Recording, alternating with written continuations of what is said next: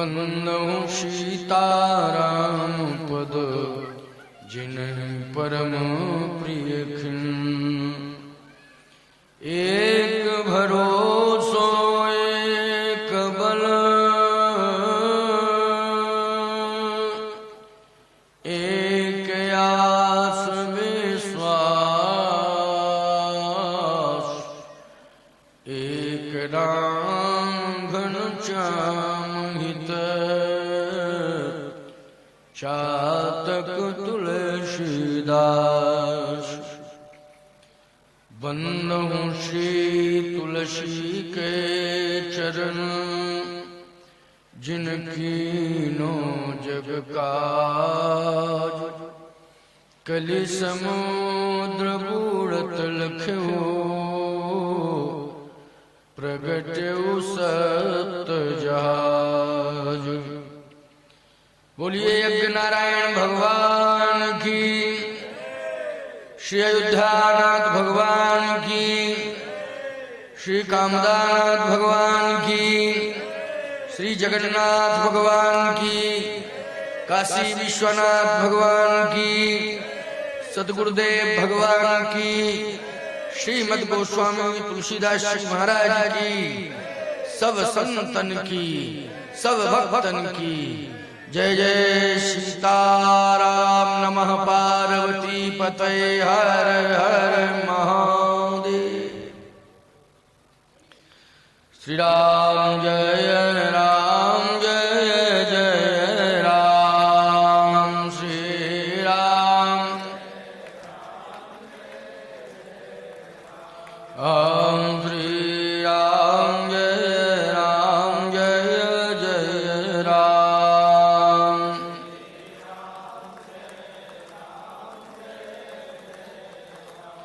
ओम कौशल्या के प्यारे राम।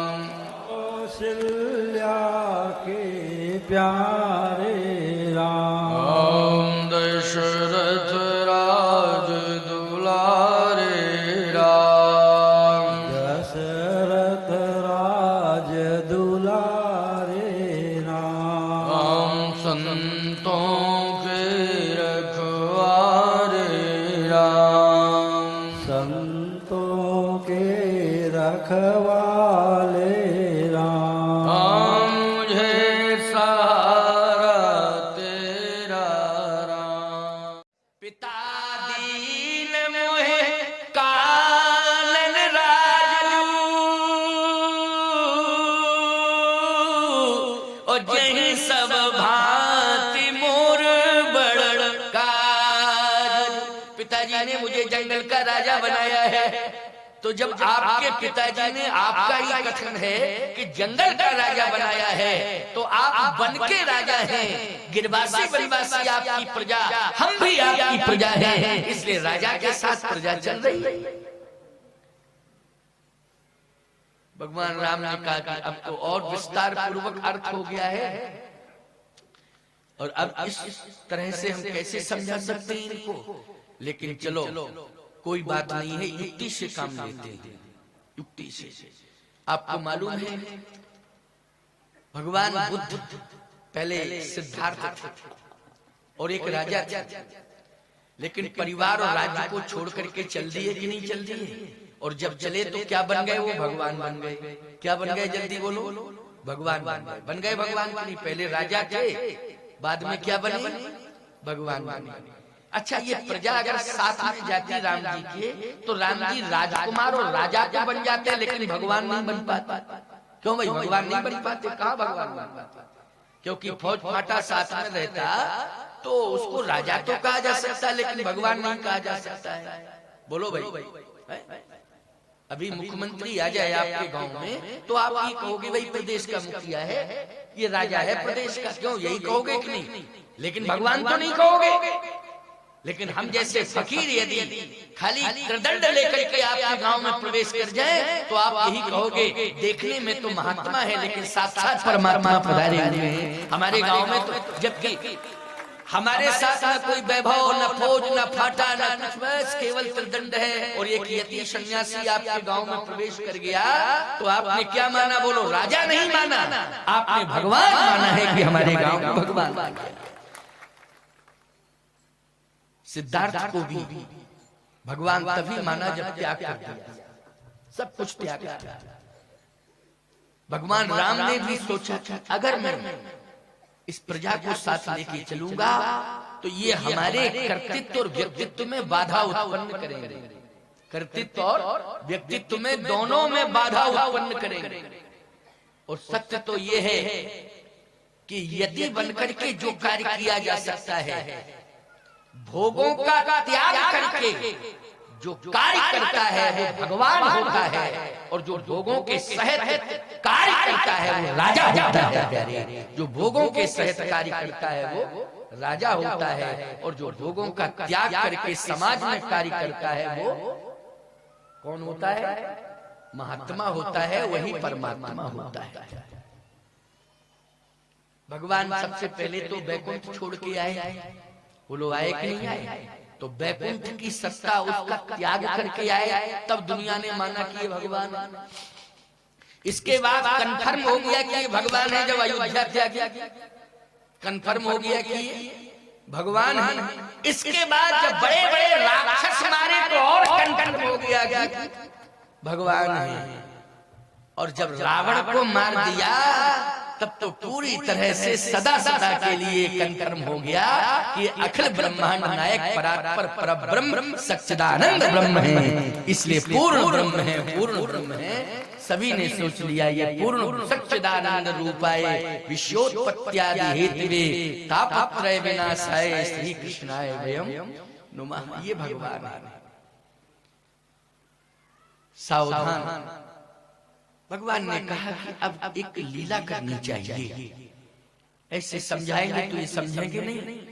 भगवान ने कहा हम भी सोएंगे, तो अयोध्यावासी बोले हम भी सोएंगे। संपूर्ण अयोध्यावासी तमसा नदी के तट पर लेट गए। भगवान ने देखा दूर से कि ये लेटे तो हैं लेकिन सोए नहीं। लेटना अलग बात है, सोना अलग बात है। गहरी नींद आ जाए तब सोना माना जाता है। और आप लेटे हैं और आंखें आपकी खुली हैं, अथवा आंखें भी बंद हैं लेकिन आपको शब्द सुनाई दे रहा है, तो इसका मतलब है कि आप नेत्र तो बंद किए हैं, नेत्र बंद करके लेटे हैं लेकिन आप सोए नहीं हैं, क्योंकि आपको होश है। गतिविधियां क्या चल रही हैं हम देख नहीं रहे हैं लेकिन सुन रहे हैं कानों से कि क्या बातचीत हो रही है, क्या क्रिया प्रतिक्रिया हो रही है, कानों से एहसास हो रहा है। आंख, और कभी कभी आंख भी खुल जाती है, ऐसे खोल दी जाती है फिर बंद कर ली जाती है।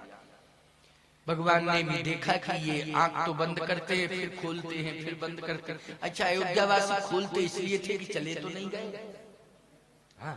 खोलते इसलिए थे कि चले तो नहीं गए, फिर आराम से बंद कर देते थे और फिर खोलते थे और फिर बंद करते थे फिर खोलते थे फिर बंद। भगवान समझ गए कि ये सोए नहीं। और जब ये सोए नहीं है तो हमारा जाना व्यर्थ है, कैसे जाओ। उदास हो गए। किशोरी जी ने कहा कि आप उदास क्यों हो?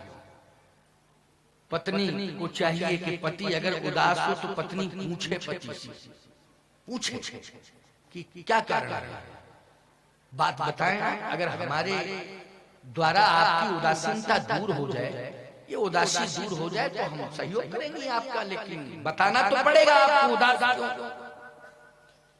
पति अगर बताता है और पत्नी में ये सामर्थ्य है कि उसकी उदासीनता दूर कर सकती है तो बहुत अच्छी बात है कि पति पत्नी दोनों मिलकर एक दूसरे के दुख सुख के सहभागी हैं। यही होना भी चाहिए, यही धर्म भी कहता है, क्योंकि तुम केवल पत्नी ही नहीं हो, सारथी के रूप में भी जुड़ी हो, सारथी हो। दशरथ जी का रथ किसने चलाया था? बोलो। दशरथ जी का रथ जब जीवन जिंदगी और मौत की लड़ाई महाराज दशरथ लड़ रहे थे, उस समय सारथी रथ नहीं चला रहा था, कैकेयी ही सारथी बनकर के रथ चला रही थी। जब दशरथ जी जिंदगी और मौत की लड़ाई लड़ रहे थे, कब? दैत्यों से युद्ध कर रहे थे, देवताओं की तरफ से। जब देवासुर संग्राम में दैत्यों से युद्ध कर रहे थे तो उस समय दशरथ जी युद्ध तो कर रहे थे लेकिन जिंदगी और मौत की लड़ाई लड़ रहे थे। और जब जिंदगी और मौत की लड़ाई लड़ रहे थे तो उस समय रथ का संचालन कौन कर रही थी? बोलो। पत्नी कर रही थी, केकई कर रही थी, सारथी बनकर के। उस समय राज्य सारथी नहीं था, केकई ही सारथी बनी।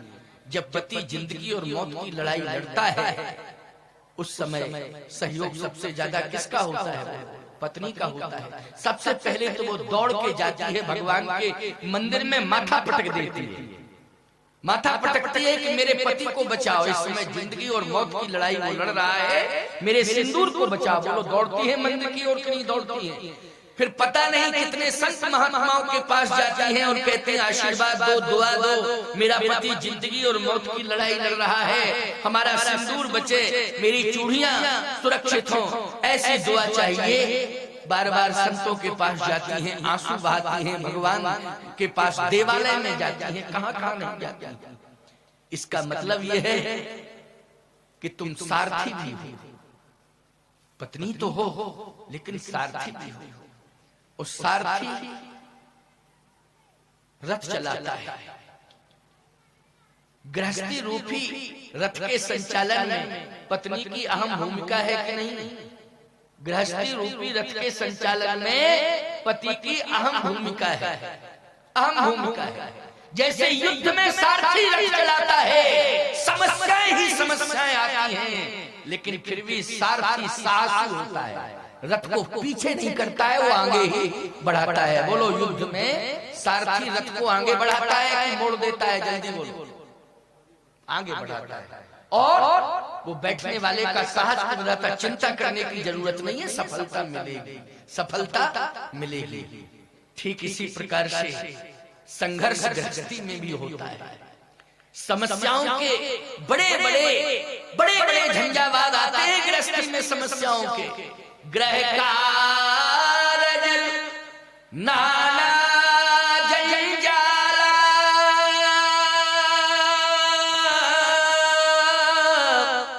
ओतेयति दुर्गम शैल विशाल।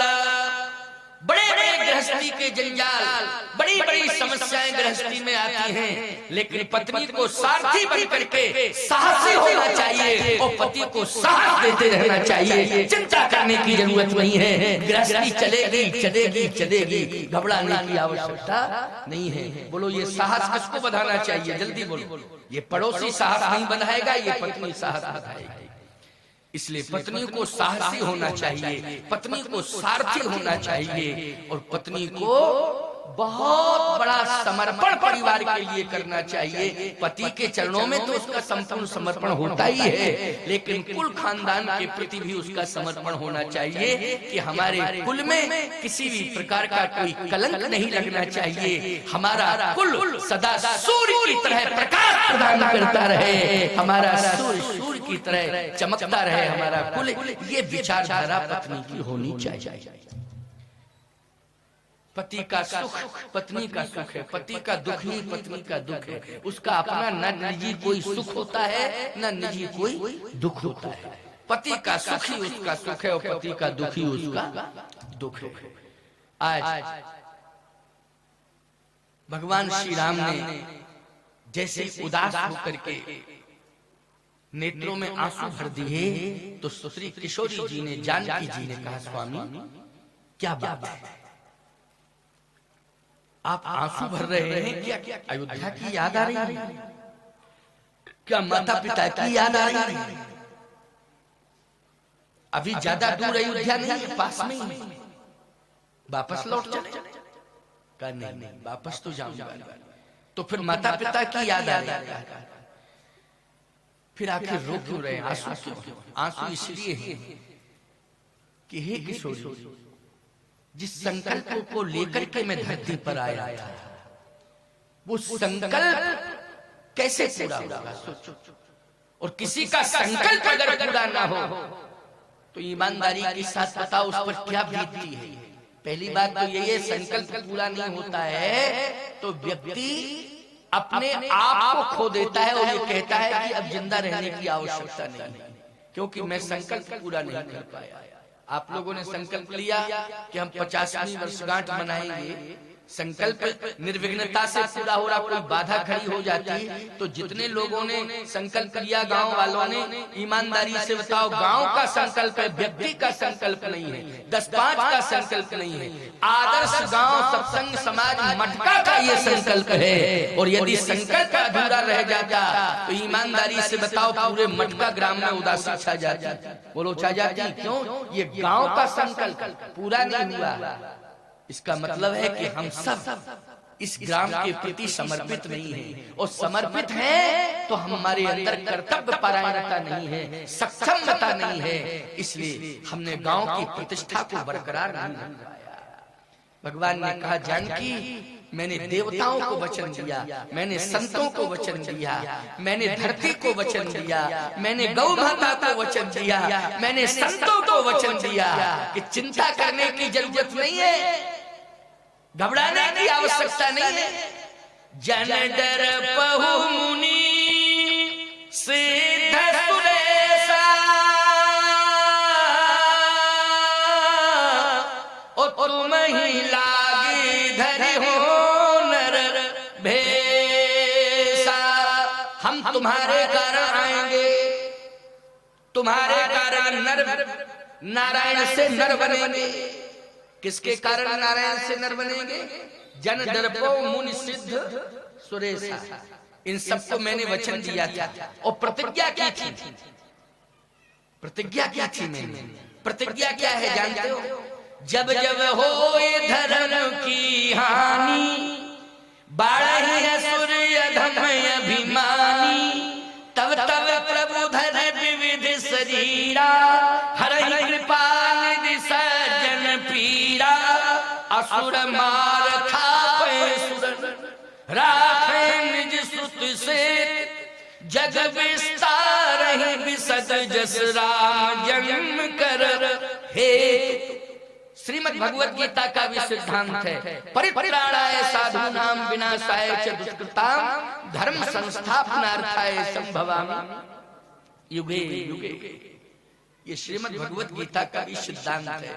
भगवान श्री कृष्ण की भी वाणी आज ये डिमडिम नाद कर रही है, परित्राणाय साधूनां विनाशाय च दुष्कृतां धर्म संस्थापनार्थाय संभवामि युगे युगे।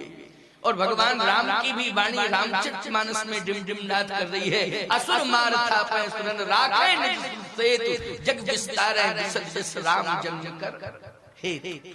तो आप कल्पना करिए, भगवान राम आज किशोरी जी से कह रहे हैं कि मेरे संकल्प का क्या होगा। तो जानकी जी ने कहा, संकल्प में बाधा क्या है? का सबसे बड़ी बाधा यही है कि ये फौज फाटा अगर मेरे साथ चलेगा तो बाधा ही बाधा है। आपके गांव का बेटा सैनिक बन जाए, फौज में शामिल हो जाए, भर्ती हो जाए सेना में, और पूरा परिवार उसके साथ चले, और वो बॉर्डर पे पहुंचे और पूरा परिवार पीछे पीछे चले, वो जहां उसकी ड्यूटी लगे पूरा परिवार पहुंच जाए। ईमानदारी से बताओ, वो ड्यूटी अदा कर पाएगा ठीक से? जल्दी बोलो। वो क्या सेना के नियमों का पालन कर पाएगा? नहीं कर पाएगा। क्या देश की पूरी तरह से रक्षा सुरक्षा कर पाएगा? नहीं कर पाएगा।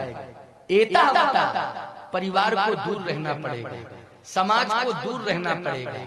समाज परिवार राष्ट्र की रक्षा का संकल्प लेके ही हो गया है, लेकिन समाज उसके साथ नहीं रह सकता है, समाज से उसे दूर रहना पड़ेगा। लेकिन संकल्प यही है कि समाज और राष्ट्र की रक्षा मैं करूंगा, जब तक मेरी श्वास चलेगी मैं पीछे नहीं हटूंगा, मैं देश की रक्षा करता रहूंगा, ये संकल्प है। लेकिन समाज उसके पीछे पड़ जाए, परिवार रिश्तेदार उसके पीछे पड़ जाए, तो बोलो सफलता मिलेगी? उसका संकल्प अधूरा रह जाएगा कि नहीं रह जाएगा? अधूरा संकल्प रह जाएगा प्यारे। उसको राष्ट्रभक्त नहीं माना जाएगा, उसकी राष्ट्रभक्ति में प्रश्न चिन्ह खड़ा हो जाएगा। बोलो हो जाएगा कि नहीं हो जाएगा? और भारत सरकार उसे ड्यूटी से भी निकाल सकती है कि इसको निष्कासित करो, ये सेना के लायक नहीं है। सावधान। भगवान राम ने कहा कि जानकी, मैं राक्षसों का वध करने के लिए जा रहा हूं, एक सैनिक की भूमिका में हूं। किसकी भूमिका में हूं? सैनिक की भूमिका में हो। लेकिन ये भी धर्म कहता है पत्नी को साथ नहीं जाना चाहिए। लेकिन सीता तुम केवल पत्नी ही नहीं हो, अगर मैं सैनिक हूँ तो तुम शक्ति हो। सैनिक के साथ शक्ति सदा रहनी चाहिए। अगर शक्तिहीन सैनिक होगा तो सफलता नहीं मिल पाएगी। और यदि लक्ष्मण की बात आती है तो लक्ष्मण भी सैनिक सेवा करने जा रहा है, वो भी सैनिक की भूमिका में है। उसे हम भाई नहीं मानते हैं। क्यों भाई? एक बात बताओ, एक ही परिवार के दो लड़के सेना में भर्ती हो जाएं, एक ही परिवार के दो लड़के सेना में भर्ती हो जाएं, तो ईमानदारी से बताओ उन्हें राष्ट्र की सेवा करने का अधिकार मिलेगा क्या? मिलेगा, निश्चित रूप से मिलेगा। मिलेगा। वो तो सेना में उसने सफलता प्राप्त की है, संकल्प लिया है कि हम देश की सेवा करेंगे। ऐसी बात नहीं है। लक्ष्मण ने भी संकल्प लिया है। क्या संकल्प लिया है? बोले जग महासखा निशाचर जेते, तो लक्ष्मण हनते। इसलिए लक्ष्मण भी जो कार्य करने के लिए मैं जा रहा हूँ, वही कार्य करने के लिए मेरे साथ लक्ष्मण जा रहा है। इसलिए ये हम परिवार नहीं मानते हैं। ऐसा नहीं है कि ये मेरी पत्नी है, ये मेरा भाई है, ये नहीं। परंतु ये जो प्रजा साथ जा रही है, ये निश्चित रूप से पूरी प्रजा जो मेरा संकल्प है, उस संकल्प की पूर्ति में बाधक बन जाएगी। इसलिए इस प्रजा को मेरे साथ नहीं जाना चाहिए। जानकी जी ने कहा सरकार, इसमें उदास होने की जरूरत नहीं है, इसमें गलती अयोध्या वासियों की नहीं है। फिर गलती किसकी है? जानकी जी बोली मुझे कहना नहीं चाहिए, लेकिन मैं कह रही हूँ गलती आपकी हो रही है। हमारी क्या गलती है? अगर हमारी गलती है तो मैं गलती का सुधार करूं, बताओ क्या गलती? जानकी जी ने कहा बात यह है कि अभी अभी आप कह रहे थे कि मैं बैकुंठ छोड़ के आया हूं, और अभी अभी आपका बयान है कि मैं नारायण से नर बना। तो आप जो है नारायण से नर बने, तो मैं नारायणी से नारी बनी। क्यों भाई? नारायणी है कि नहीं? सीता जी क्या है? जल्दी बोलो। नारायणी। आप नारायण है तो मैं नारायणी हूँ। सीधी सी बात, नारायण का मतलब है जगत पिता, और नारायणी का मतलब है जगत माता। जगत माता। तो आप जगत पिता हैं और मैं हूँ जगत माता, और दोनों का संकल्प है कि जगत की रक्षा करनी है। परंतु एक निवेदन है, जैसे माता और पिता, इन दोनों के बीच में ये शर्त हो जाए कि बेटे को कौन सुलावे, बेटे को कौन सुलावे, तो सफलता किसे मिलेगी सुलाने में? बाप को मिलेगी कि माँ को मिलेगी? जल्दी बोलो। माँ को मिलेगी कि नहीं मिलेगी? जैसे बेटा रो रहा है और पति पत्नी दोनों वही, और पति कहे कि अरे रोता क्यों है? मेरा बेटा रो रहा है, उठा ले, और फिर हिलावे डुलावे हुआ रहुआ बहुआ, लेकिन वो चुपेगा नहीं, चुपेगा नहीं, वो रोएगा। अच्छा, इसके बाद पिता झुला करके कहेगा ले जाओ बेटे, इसने दिमाग खराब कर दिया मेरा, रो रो करके मेरा दिमाग खराब कर दिया, ले जाओ। और माँ मुस्कुराते हुए जब अपने बेटे को उठाती है, और जैसे उठा के हृदय से लगाया, ईमानदारी से बताओ, रोने वाला बेटा सोने लगता है कि नहीं सोने लगता है? सोने लगता है। तो ये जादू किसमें है? बाप में है कि माँ में है? जल्दी बोलो। ये जादू है माँ में। तो सीता जी ने कहा कि आप तो जगत पिता, हमें जगत माता, तो सीधी सी बात ये है कि सोने होने वाला चक्कर आपने क्यों पाल लिया था? मुझसे कहते मैं ये मेरे हाथ की बात में सुला देते, लेकिन आपने ये चक्कर अपने हाथ में क्यों ले लिया? सुलाने वाली जिम्मेवारी क्यों ले ली? ये तो जिम्मेवारी मुझे मिलनी चाहिए थी, मैं सुला देते। राम जी ने कहा अभी क्या बिगड़ा, तुम सुला दो, अभी कुछ बिगड़ा थोड़ी है, तुम सुला दो। सीता जी ने योग माया से कहा इधर आओ, इशारा किया इधर आओ। योग माया आ गई तुरंत। वो तो आसपास ही रहती है, इशारे में काम करती है। श्री जानकी जी के इशारे में चलती योग माया। इधर आओ, जैसे इशारा किया वो आ गई, हाथ जोड़ के खड़ी हो गई। आदेश यही है कि जितने भी तमसा नदी के तट पर हैं, इन सबको सुला दो, सबको सुला दो। योग माया ने कहा बिल्कुल सुला दूंगी, आपकी आज्ञा है। प्रणाम किया, चल दी। थोड़ी देर बाद लौट के आ गई। जब लौट के आई तो भगवान ने ये सोचा कि ये सब सो गए होंगे, और जैसे भगवान ने देखा, अरे भगवान ने कहा ये तो एक भी नहीं सोए, ये सब जाग आए हैं, कोई नहीं सोए। तेरी लीला भी फेल हो गई क्या? तू बहुत बड़ी बड़ी बातें कर रही थी ना कि मैं सुला दूंगी, ये तो मेरी जिम्मेवारी है, मेरे हाथ में ये होना चाहिए था, ये जिम्मा मेरे हाथ में। एक भी नहीं सोया, सब जाग रहे हैं। जानकी जी ने कहा कि मैं जिसको जिम्मेवारी दे चुकी हूँ उससे मैं पूछूंगी, उसी से मैं बात करूंगी। और जैसे ही पास में बुलाया सीता जी ने, फिर कहा क्यों, मैंने क्या कहा था, क्या कहा था बोलो? कहा यही कहा था कि इन सबको सुला दो। तो तूने सुलाया क्यों नहीं? कारण क्या है क्यों नहीं सुलाया? पहले ये बता, तूने सुलाया क्यों नहीं? सीता जी ने बार बार जब डांट के कहा कि तूने सुलाया क्यों नहीं, मैंने आदेश दिया था, सुलाया नहीं। तो हाथ जोड़ करके धीरे से कहती है कि आपने ये कहा था कि इन सबको सुला दो, लेकिन ये कंफर्म नहीं किया था कि हमेशा के लिए सुलाना है कि 2-4 घंटे के लिए। भाई ये भी तो कंफर्म हो जाए कि हमेशा के लिए सुलाना। अगर मैं हमेशा के लिए सुला देती तो फिर आप नाराज होती, ये क्या किया तुमने? तो आप ये तो कंफर्म कर दो कि कितने घंटे का नींद का डोज देना है, उतने ही घंटे का नींद का डोज दे दो, आप बता तो दीजिए। भगवान राम मुस्कुराने लगे। जानकी जी ने कहो योग माया सतर्क है कि नहीं स्वामी, अगर ये सुला देते हमेशा के लिए तो समस्या घटती कि बढ़ती? भगवान बोले समस्या बढ़ती। कहा कि अब आप ही बताओ कितने घंटे का डोज देना है नींद का, आप बताओ क्लियर करके।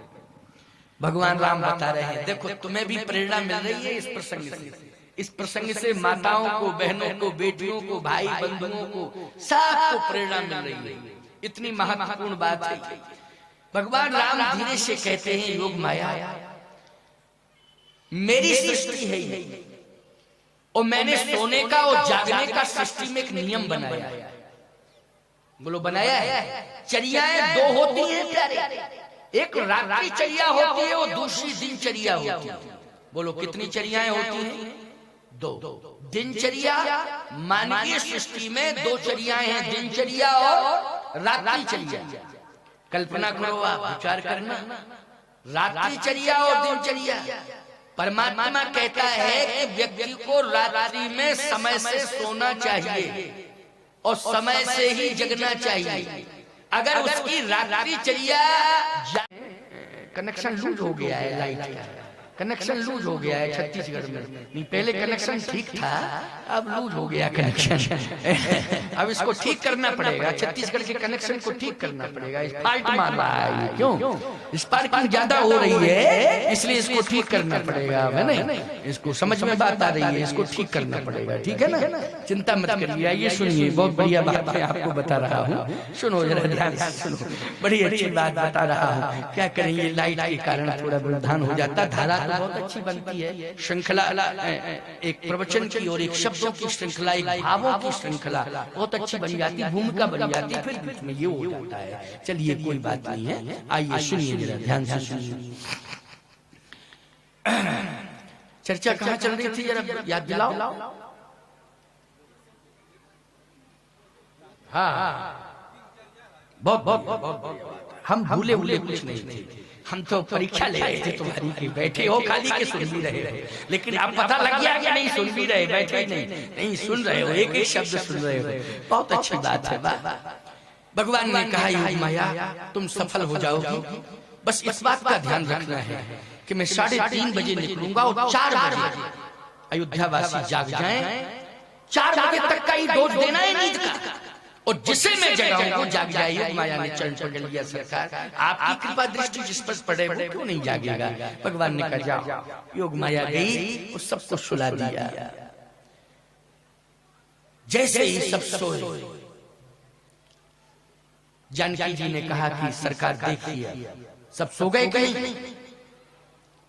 भगवान ने कहा सब सो गए। अब आप संतुष्ट हैं? बोले संतुष्ट तो तब होंगे जब हम यहाँ से निकल जाएं और ये रह गए और हम निकल गए, तब सब संतुष्ट होंगे। जानकी जी ने कहा ये तो आपकी चर्या है, आप कितने बजे संकल्प लिए हैं जाने का, ये तो आपकी व्यवस्था है, इसमें योग माया का कहीं कोई रोल नहीं है। योग माया का जो काम था मैंने आदेश दिया वो पूरा हो गया। भगवान राम ने कहा संतुष्टि 50% संतुष्टि 50%, अभी 50% संतुष्टि है, लेकिन जब हम निकल जाए तो 101% फिर कोई दिक्कत नहीं। 3:30 बजा, जैसे 3:30 बजा ये तारे बता देते हैं कि टाइम क्या हुआ है।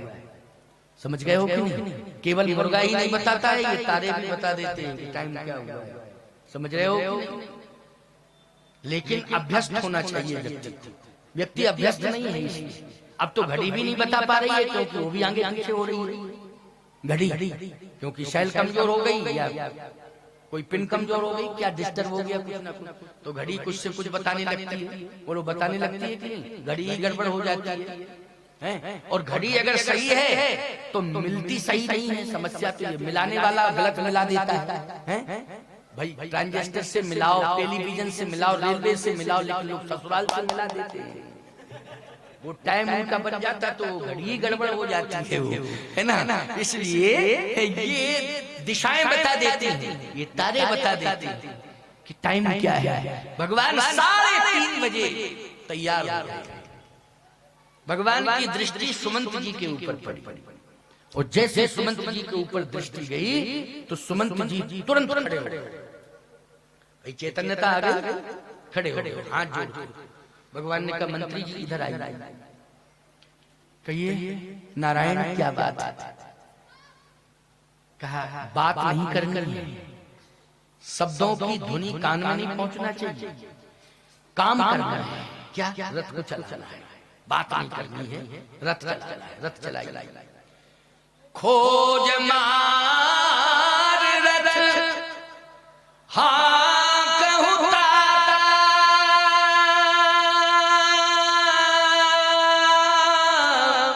आन उपाय बने नहीं बात। सुमंत जी रथ को आगे बढ़ाई और रथ चले तो, लेकिन घोड़ों की टाप की आवाज नहीं आनी चाहिए। यदि घोड़ों के टाप की आवाज आई और ये सब जाग गए तो यात्रा डिस्टर्ब हो जाएगी, व्यवधान हो जाएगा। इसलिए इस तरह से रथ चलाइए कि जैसे घोड़े पानी पर चल रहे हैं। भाई थल में चले तो आवाज आएगी, क्यों भाई टाप की आवाज आएगी कि नहीं? और यदि जल में चले तो टाप की आवाज कहां से आएगी? सुमंत जी ने कहा महाराज ये क्षमता तो आप ही में है कि घोड़े थल में जल की तरह चले। अच्छा बोलो ये सामर्थ्य किसमें है? जल्दी बोलो। कि घोड़े जो पशु हैं वो पशु जो है चले, लेकिन जल में थल में जल की तरह चले। तो ये ताकत पशुओं की है कि चलाने वाले की है कि परमात्मा की है? जल्दी बोलो। ये परमात्मा की ताकत, ये तो ताकत आप में है। इसलिए आप जैसा चलाओ तैसा चले। बोलो दुनिया भी राम जी जैसा चला रहे तैसा चल रही दुनिया? बोलो चल रही कि नहीं चल रही है? दुनिया का जो खेल चल रहा है वो परमात्मा चला रहा है कि नहीं चला रहा है? और जो अपने मन से चल रहा है उसके सामने चुनौतियां हैं। जो अपने मन से चल रहा है उसके सामने चुनौतियां हैं। चाहे घर चला रहे हो, चाहे सरकार चला रहे हो, यदि अपने मन से चला रहे हो तो चुनौतियां आएंगी। और यदि सिद्धांत के बल पर घर और सरकार चला रहे हो तो परमात्मा चला रहा है। कोई चुनौती नहीं आएगी, निर्विघ्नता आएगी, कोई विघ्न बाधा नहीं आएगी, समय सुरक्षित रहेगा और दोबारा भी मौका मिलेगा। अगर सिद्धांत को लेकर के कोई कार्य कर रहे हो तो सफलता मिलेगी और आगे भी तुम्हें सफलता मिलेगी, इस बात की गारंटी है। और यदि सिद्धांत को छोड़ करके तुमने कोई कदम उठाया है तो ये अपने मनमुखी कदम तुम्हारा है, इसमें तुम फेल हो जाओगे, सफलता मिलने वाली नहीं है। इसलिए आओ ध्यान से सुनो। भगवान राम से सुमंत जी कह रहे महाराज हमारे बस की बात नहीं है, हम तो सरकार चला सकते हैं लेकिन घोड़ों को इस तरह नहीं चला सकते हैं। क्यों भाई? मंत्री लोग सरकार चला सकते हैं कि घोड़ों को चला सकते हैं? और घोड़ों को चला सकते हैं तो केवल वैसे ही चला सकते हैं कि जो थल में थल की तरह चलेंगे, लेकिन थल में जल की तरह कैसे चलेंगे? बोलो भाई। थल में जल की तरह भगवान चला सकता है थल पर, थल की तरह घोड़ों को तो मंत्री भी चला सकते हैं जो घुड़सवार होते हैं वो भी चला लेते हैं, लेकिन थल में जल की तरह घोड़े चले ये परमात्मा की ताकत है। इसलिए आप ही प्रोग्राम सेट करो, आप ही इनकी युक्ति मुक्ति से इनको चलाओ और कृपा करके मुझे तो माध्यम बना दिया तो मैं सारथी बन गया। जैसे तैयार हुआ, जानकी जी से कहा कि पहले तुम बैठो, किशोरी जी से कहा बैठो, तो किशोरी जी बैठ गए। आदेश मिला प्रभु का, किशोरी जी बैठ गए। प्रभु श्री राम जी बैठने लगे, तब तक लक्ष्मण जी खड़े होकर कहने लगे भैया भैया भैया भैया। आप कहोगे लक्ष्मण जी की ओर देखा भगवान ने? एक बात बताएं, जन्म से ही भगवान लक्ष्मण की ओर देख रहे हैं। क्यों देख रहे हैं? क्योंकि जैसे ही लक्ष्मण का जन्म हुआ तो लक्ष्मण जी ने सबसे पहले राम जी के चरणारविंदों को देखा है। 12 हितपति जानी, लक्ष्मण राम चरण रति मानी। जैसे ही जन्म हुआ लक्ष्मण का तो दृष्टि सबसे पहले पड़ी राम चरणों पर। जन्म से ही राम चरणों को देखा। जो जन्म से ही राम चरणों से जुड़ जाता है, श्री राम की सदा दृष्टि उसके ऊपर बनी रहती है। प्यारे, श्री राम की सदा कृपा दृष्टि उसके ऊपर बनी रहती है। तो लक्ष्मण के ऊपर तो हमेशा दृष्टिपात कृपा दृष्टि बनी ही रहती है भगवान राम की। इसलिए इसमें कोई संदेह की बात नहीं है कि भगवान ने देखा नहीं है। भगवान तो पहले से ही देखते आए, और जैसे ही देखा तो लक्ष्मण जी खड़े हो गए, भैया भैया भैया भैया।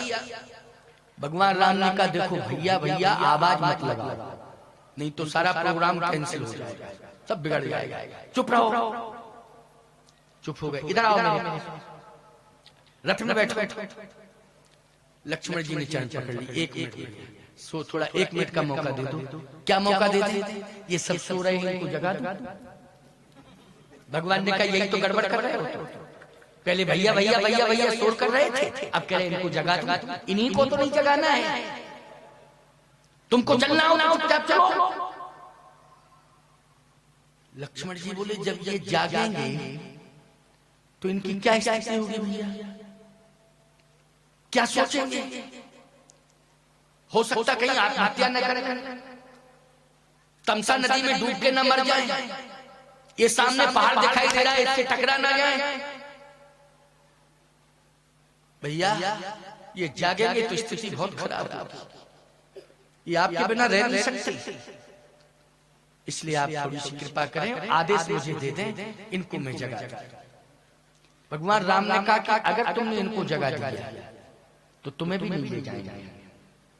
इस बात को सुनो। लक्ष्मण जी बोले इनकी गलती क्या हो गई भैया ये बताओ। भगवान राम बोले तुम्हारी समझ में नहीं आ रहा है कि गलती क्या हो गई? लक्ष्मण जी बोले हमारी समझ में तो यही आ रहा है कि गलती यही है, सो गए। अगर ये सोते नहीं तो ये कंडीशन नहीं होती, ये सो, गलती यही है, ये सो गए। भगवान बोले तो यही गलती समझ लो कि ये सो गए। लक्ष्मण जी बोले अब मेरी समझ में आ गया क्या कि आपके साथ रहने में सोना नहीं चाहिए, नहीं तो खतरा है। आपके साथ रहने में सोना नहीं चाहिए, नहीं तो खतरा है। और आज मैं तमसा नदी के तट पर प्रतिज्ञा करता हूँ कि 14 वर्ष तक कभी जंगल में सोऊंगा ही नहीं तो आप इसी तरह मुझे भी छोड़ के चले जाओ। अब नहीं सोऊंगा, प्रतिज्ञा कर रहा हूँ। इसलिए लक्ष्मण की स्थिति क्या है? कछुक दूर सजे बाण सरासन और जागन लगे बैठ वीरासन, जागन लगे बैठ वीरासन, जागन लगे बैठ वीरासन। वीरासन पर लक्ष्मण जी महाराज 14 साल तक बैठे रहे। या तो खड़े हैं और रात्रि है तो फिर वीरासन पर बैठे हुए हैं। पर्वत के ऊपर बैठे, लक्ष्मण पहाड़ी है, चित्रकूट में आप जाएं तो देखें, परिक्रमा करें कामदगिरि की तो लक्ष्मण पहाड़ी सामने है। भगवान राम कामदगिरि पर्वत पर 11.5 साल रहे। लक्ष्मण जी लक्ष्मण पहाड़ी पर वीरासन में बैठे रहे और जो भगवान का सहयोग करते थे, जल लाना फल लाना। जल को गए हैं लखन लड़का परखों पिए छाए घड़ी हुए ठाणे, जल लाना फल लाना ये लक्ष्मण का काम। लक्ष्मण सेवा में ही थे, लेकिन सोए नहीं। लक्ष्मण ने ना तो फल ग्रहण किया, न जल ग्रहण किया और न निद्रा ली। 14 साल तक। ये संकल्प लक्ष्मण का है। अब आप सुनिए, यहाँ रथ में कितने लोग बैठे हैं, अब विचार करो जरा, गणना करो आप। रथ में कितने लोग हैं? भगवान राम हैं, श्री जानकी जी हैं, लक्ष्मण जी हैं और सुमंत जी। क्यों भाई इतने लोग हैं? क्यों? सुमंत जी। रथ आगे बढ़ा। अब 4 बजे ये सब जगह, ओ राम राम कह चौदिस धावे, इधर दौड़े उधर दौड़े, राम राम राम राम राम राम, कहाँ गए राम, कहाँ गए राम। और रो रो करके एक और दूसरी नदी पैदा कर दी इन सबने। एक आंसुओं की नदी बह गई। तमसा नदी के तट पर ये सब खड़े थे, लेकिन तमसा तो प्रवाहित हो रही थी, लेकिन आंसुओं की नदी भी बह गई। इतने आंसू निकले अयोध्या वासी। जब आंसू ज्यादा निकले तो एक बूढ़ा बोल पड़ा, अयोध्या वासियों सुनो, हम धिक्कारते हैं प्रधानमंत्री को। क्यों? राम जी सोता हुआ छोड़ के चले गए, ये अलग बात है, लेकिन प्रधानमंत्री को तो कम से कम छोड़ के नहीं जाना चाहिए। ये हमारे प्रधानमंत्री हैं सुमंत, ये छोड़ करके चले गए। अरे प्रधानमंत्री का कार्य है कि सोई हुई जनता को जगावे। किस आशा विश्वास के साथ तुम प्रधानमंत्री चुनते हो? बोलो जल्दी। कि समाज जागेगा। बोलो समाज जागेगा। प्रधानमंत्री समाज को जगाएगा। ये कैसा प्रधानमंत्री है जिस प्रधानमंत्री ने समाज को सोता हुआ छोड़ दिया? धिक्कार है ऐसे प्रधानमंत्री को। सब अयोध्या वासी कहने लगे प्रधानमंत्री को श्राप देना चाहिए, श्राप देना चाहिए। सभी ने तमसा नदी का जल हाथ में लिया और कहा कि प्रधानमंत्री जनता का श्राप बर्दाश्त नहीं कर पाओगे। कोई भी नेता अगर जनता श्राप दे दे तो कोई नेता सफल हो सकता है? बोलो, जनता अगर श्राप दे दे तो कोई सत्ता सफल हो सकती है क्या? ये जनता से ही तो सफलता है। नेतृत्व अगर हो रहा है तो जनता के बल पर हो रहा है, क्यों हो रहा है? सरकारें बन रही हैं तो किसके बल पर बन रही हैं? जनता के बल पर। ये जनता उठ जाएगी तो कैसे तेरा राज्य चलेगा? तू कैसे प्रधानमंत्री रहेगा? आज संपूर्ण अयोध्यावासी रो रो करके एक नदी तैयार कर लेते हैं आंसुओं की, और हाथ में जल लेकर के आज श्राप देने लगे। सुमंत, राम जी तमसा नदी के तट पर हमें सोता हुआ छोड़ के चले गए, लेकिन हम सब तुम्हें रोते रोते श्राप दे रहे हैं कि आगे गंगा का तट आने वाला है।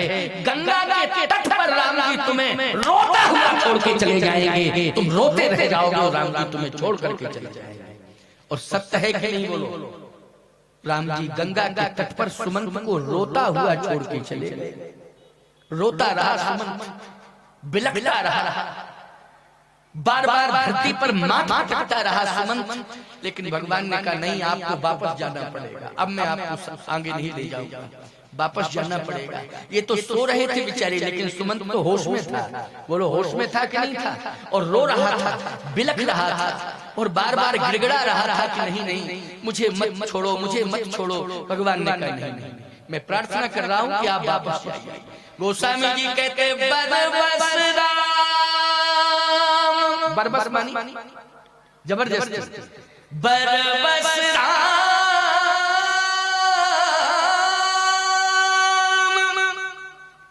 सुमंत पठाए,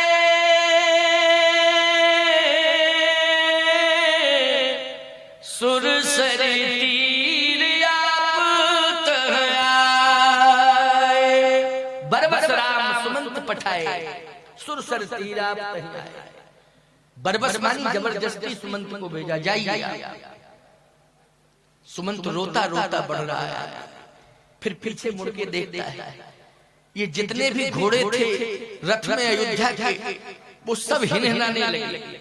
रथ हाँ क्यों है राम तन, हेरी हेरी हिनाए, कहे निषाद निषाद बस धुन शीस पछताए। जासु वियोग विकल पशु ऐसे, और प्रजा मातु पितु जी कैसे। जासु वियोग विकल विकल पशु ऐसे प्रजा मात पितु जी हैं, कैसे इनके माता पिता कैसे जिंदा होंगे। जब पशु इतने विकल हो रहे हैं कि ये प्राण नहीं रोक पा रहे, लगता है इनके प्राण निकल जाएंगे, तो इनके माता पिता अभी तक जीवित नहीं होंगे, निश्चित रूप से प्राण निकल गए होंगे माँ बाप के। लेकिन वास्तव में सुमंत के जाते ही प्राण दशरथ जी के निकल गए। बोलो निकल गए कि नहीं? जब तक सुमंत वापस नहीं पहुंचे तब तक दशरथ जी महाराज के प्राण नहीं निकले। लेकिन जब सुमंत पहुंचे, और बड़ी प्यारी बात है, अंतिम बात है, इस बात को सुन लो, इसके बाद पानी को विश्रामित करूंगा। सुमंत जी रोते रोते अयोध्या पहुंचे। अयोध्या वासियों ने सुमंत को देखा तो किसी ने बात नहीं की सुमंत जी से। इतने रूठे हुए हैं अयोध्या के लोग, कोई बात नहीं करना चाहते हैं सुमंत जी से, क्योंकि ये वही सुमंत तो है, ये प्रधानमंत्री है हमारा, लेकिन धोखा दे करके चला गया, सोता हुआ छोड़ करके चला गया। अगर ये भी हम लोगों के साथ सो जाता और सोता रहता तो बात बन भी जाती, लेकिन ये चला गया और हम सबको जगाया नहीं, सोता हुआ छोड़ के चला गया, कोई बात नहीं करना चाहता है सुमंत से। सुमंत आंखों में आंसू भरे हुए हैं, शरीर कांप रहा है सुमंत का, सुमंत का शरीर कांप रहा है, आंसू गिर रहे हैं। महाराज दशरथ ने कहा, कौशल्या, ऐसा लगता है कि सुमंत आ गया। महाराज आपको कैसे पता चला? महसूस कर रहा हूं कि सुमंत आ गया है। और सुमंत आया होगा तो कौशल्या राम जरूर आया होगा, क्योंकि सुमंत राम को वापस लाया होगा।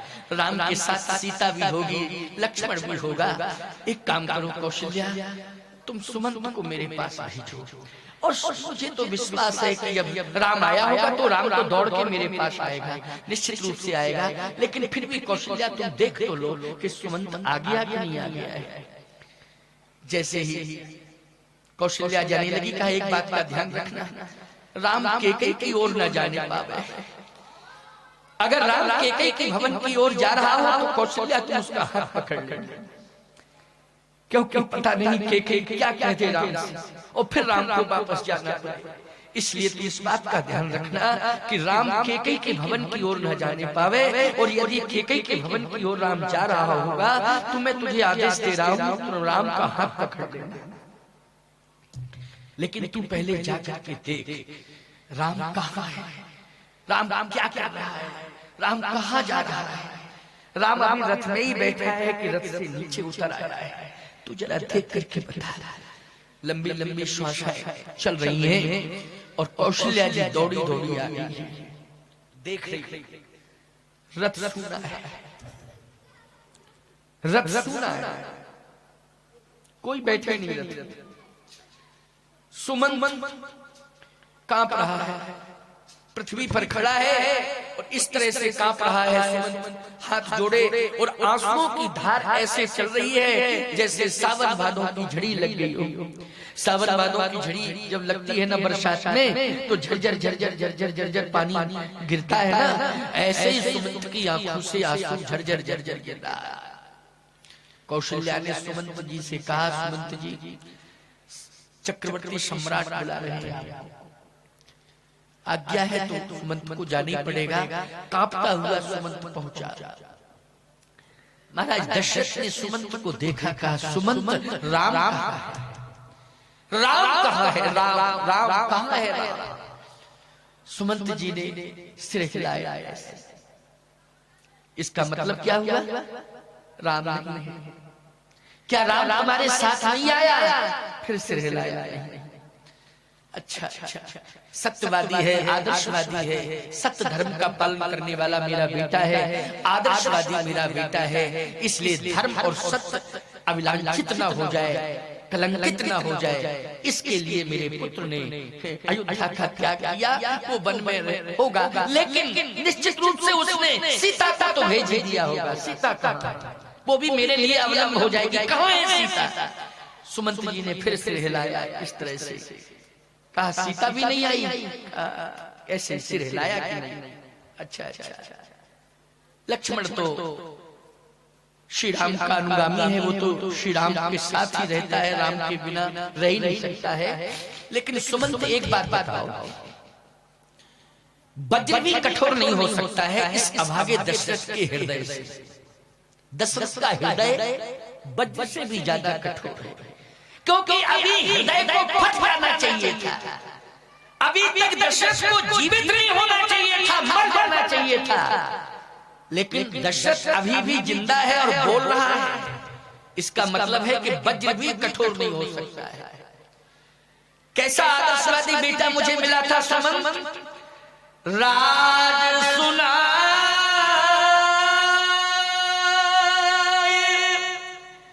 दीन बनवासु, सो सुन भय हरस हरासु, सो सुन भय हरस हरासु।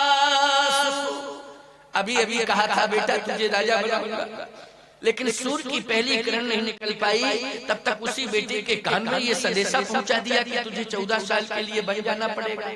तो न ही बन जाने का संवाद पाकर बेटे को दुख हुआ और राजप्रसाद का संवाद पाकर बेटे को हर्ष नहीं हुआ।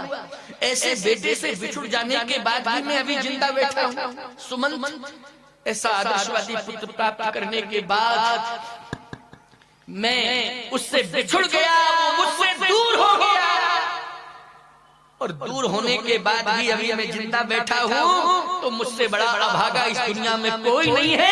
ऐसा कहते धिक्कार है दशरथ तुझे, और माथा पटक दिया महाराज दशरथ ने पृथ्वी पर। सुमंत जी ने तुरंत संभाला, भुजाएं पकड़ ली और संभाला। महाराज धैर्य धारण करो। कौशल्या भी फूट फूट करके रोने लगी। कहा महाराज धैर्य धारण करो। थोड़ी देर बाद होश आया। कहा एक बात बताओ सुमंत, जब तुम वापस आने लगे तो राम ने मेरे लिए कुछ कहा? इतना ही सुना दो तुम। राम ने मेरे लिए कुछ कहा हो तो ये शब्द सुना दो, वो शब्द मैं सुनना चाहता हूं। सुमंत जी ने कहा कि प्रणाम पहुंचाया है और ये कहा है कि मैं 14 साल बाद लौट के आऊंगा। मैं नित्य पिताश्री को प्रणाम करता था, माता पिता को मैं नित्य प्रणाम करता था, लेकिन अब मैं 14 साल तक दूर रहूंगा, नित्य प्रणाम नहीं कर पाऊंगा, मानसिक प्रणाम करूंगा, लेकिन प्रत्यक्ष प्रणाम मेरी तरफ से आप पिताश्री को कर दिया करो, बस मेरी यही प्रार्थना है।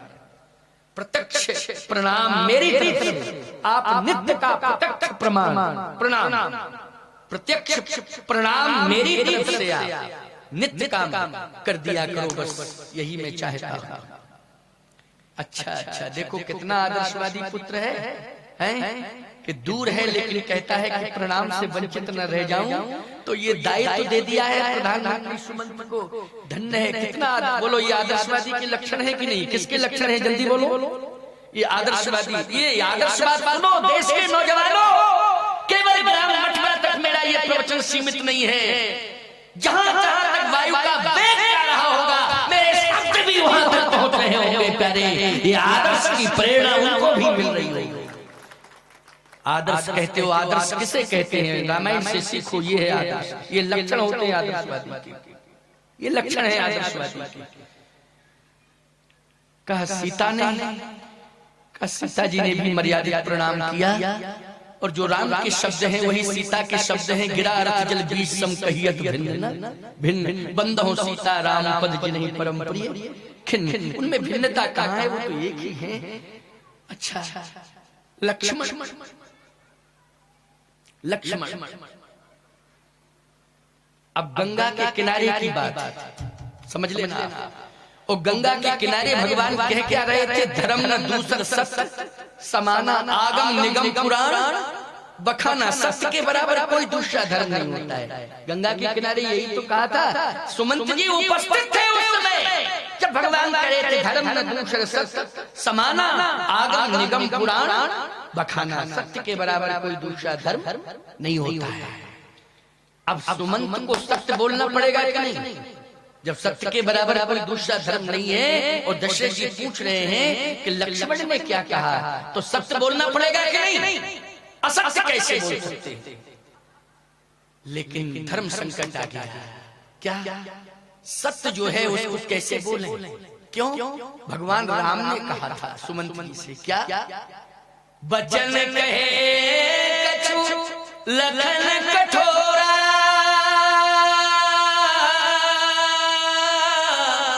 तो बरज राम पुनि कीन होरा। जैसे ही लक्ष्मण ने दशरथ जी महाराज के लिए कठोर वचन कहे तो भगवान राम ने तुरंत लक्ष्मण के मुंह पर हाथ रख दिया। चुप कर लक्ष्मण, क्या बोलता है पिताश्री के लिए? ओ बरज राम पुनि कीन होरा। हाथ जोड़े सुमंत जी से कि बार बार निज शपथ दिवाई,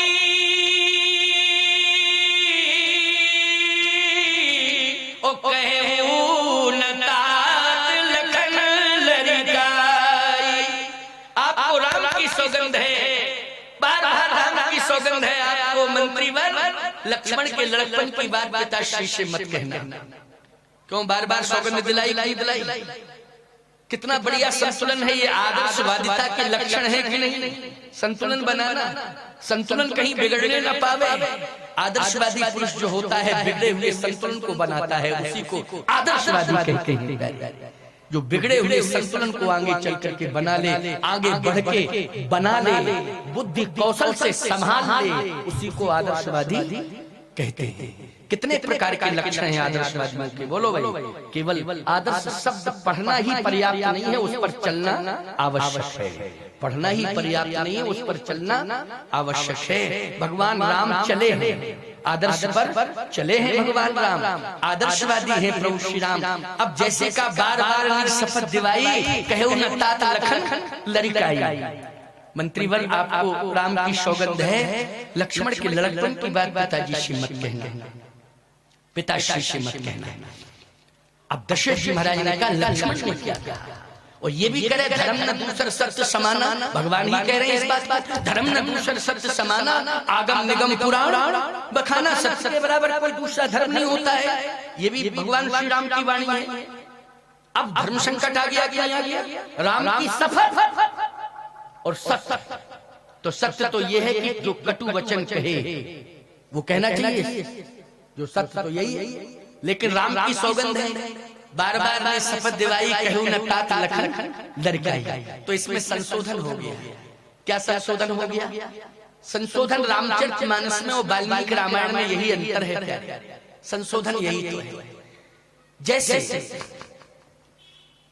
आपका एक्सरे से फोटो लिया गया, तो एक्सरे से अगर फोटो आपका लिया गया होगा तो निश्चित रूप से कि जो भी आपकी हड्डी पसली मांस मज्जा आदि जो होगा वो सब दिखाई देगा।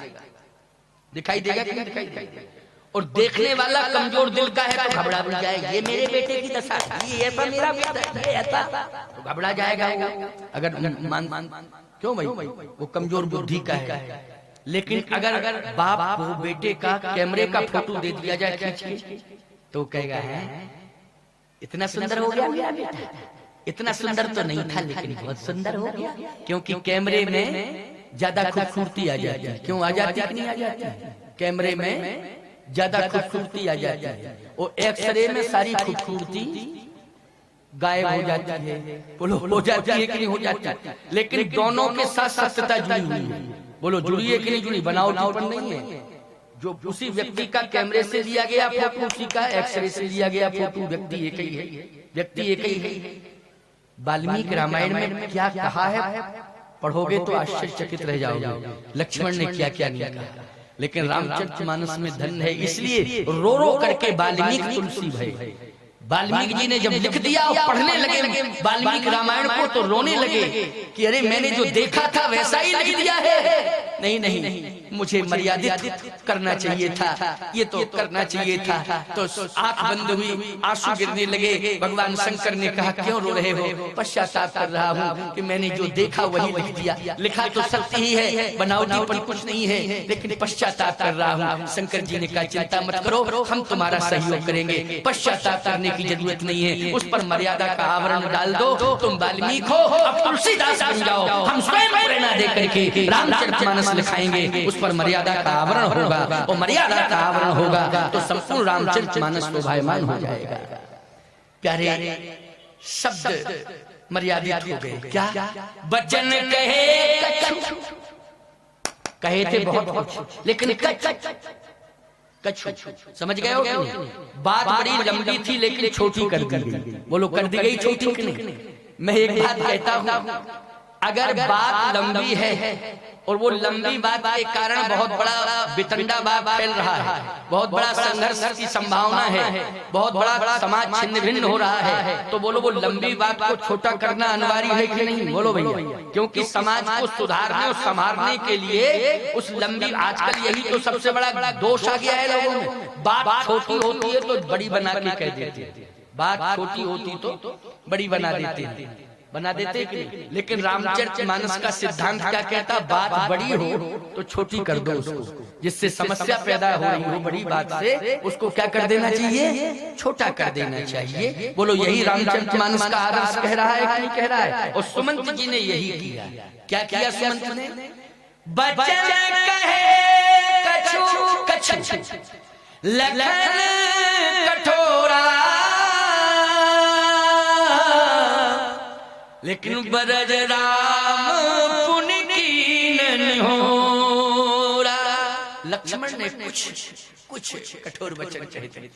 अच्छा, लक्ष्मण ने मेरे लिए कठोर वचन कहे? हाँ महाराज कुछ कहे, लेकिन राम ने सौगंध दिला दी और लक्ष्मण को डांटा और बहुत डांटा और कहा ये लड़का है, ये लड़कपन है इसके अंदर, ये लड़काई में बोल गया है, इसलिए आप अन्यथा मत लेना। बच्चे हैं, बच्चे जो है कभी कभी अनुचित बोल जाते हैं, तो बच्चों को डांट देना चाहिए और बड़ों को चाहिए तो क्षमा कर देनी चाहिए। इसलिए बच्चे ही तो है, लाल जोग लखन लघु लोने और भय न भाई न होने, इसलिए डांटा, बहुत डांटा महाराज। राम जी ने इतना डांटा। अच्छा, राम ने डांटा होगा, आदर्शवादी है, लेकिन सुमंत लक्ष्मण महान है। लक्ष्मण जैसा भ्रात धर्म का निर्वाह करने वाला तो संसार में कोई नहीं होगा। लक्ष्मण जैसे समर्पित भाई की जरूरत है। सुमंत, चिंता तो मुझे यही सता रही थी कि 14 वर्ष तक वन में राम की प्रतिष्ठा की रक्षा कौन करेगा? मैंने सेना नहीं भेजी है, मैंने शस्त्र नहीं दिए हैं, 14 साल तक राम की प्रतिष्ठा की रक्षा कौन करेगा? रघुवंश की कुलवधू सीता की प्रतिष्ठा की रक्षा कौन करेगा? लेकिन मुझे विश्वास हो गया है लक्ष्मण जैसा भाई राम और सीता की प्रतिष्ठा पर आ जाने पर 2-4 बातें अपने बाप को सुना सकता है, तो लक्ष्मण के रहते हुए सीता राम की प्रतिष्ठा का कोई बाल का नहीं बिगाड़ सकता है। अब मुझे यकीन हो गया है, मुझे पूरा विश्वास हो गया है। बस सम्मान के लिए ही तड़प रहा था, लेकिन सम्मान की रक्षा होगी होगी होगी, और लक्ष्मण ने ये संकल्प लिया है, इसलिए अब मैं चैन से मर जाऊंगा, क्योंकि यही चिंता मुझे सता रही थी। राम राम कहि राम कहि, राम राम कहि राम, तन पर है रघुबर बिरहे, राम गयऊ सुरधाम। कहने का तात्पर्य मेरा यह है कि श्री राम, लक्ष्मण, भरत, शत्रुघ्न ये चारों पुत्र दशरथ के आदर्शवादी पुत्र हैं। बोलो है कि नहीं? राम, लक्ष्मण, भरत, शत्रुघ्न इन चारों भाइयों के आदर्श पर ही हमें चलना चाहिए, हम भी आदर्शवादी हो जाएंगे। और यदि गांव का नौजवान ये संकल्प ले ले तो पूरा गांव आदर्शवादी हो जाएगा और एक दिन हमारा राष्ट्र आदर्शवादी हो जाएगा। आज की कथा का यही सार है। 6:45 कितने बज गए? 6:45 बज गए। पर्याप्त समय हो गया है और मैंने पर्याप्त समय आपको दिया, आपने श्रवण किया। पुनः पुनः आपको साधुवाद, बहुत बहुत आशीर्वाद। पुनः समस्त ग्रामवासियों को आशीर्वाद। आओ 2 बार भगवान का नाम लो, इसके बाद मैं यहाँ से प्रस्थान करूं। श्री राम जय राम, जय जय राम। श्री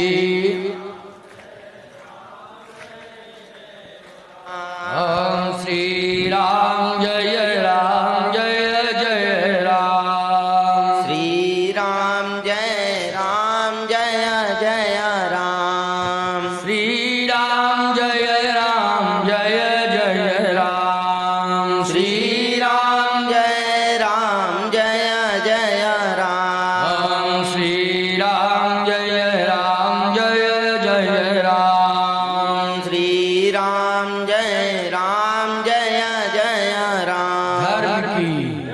अधर्म का नाश हो, प्राणियों में सद्भावना हो, विश्व का कल्याण हो। गौ माता की जय। गो हत्या बंद करो। हर हर महादेव।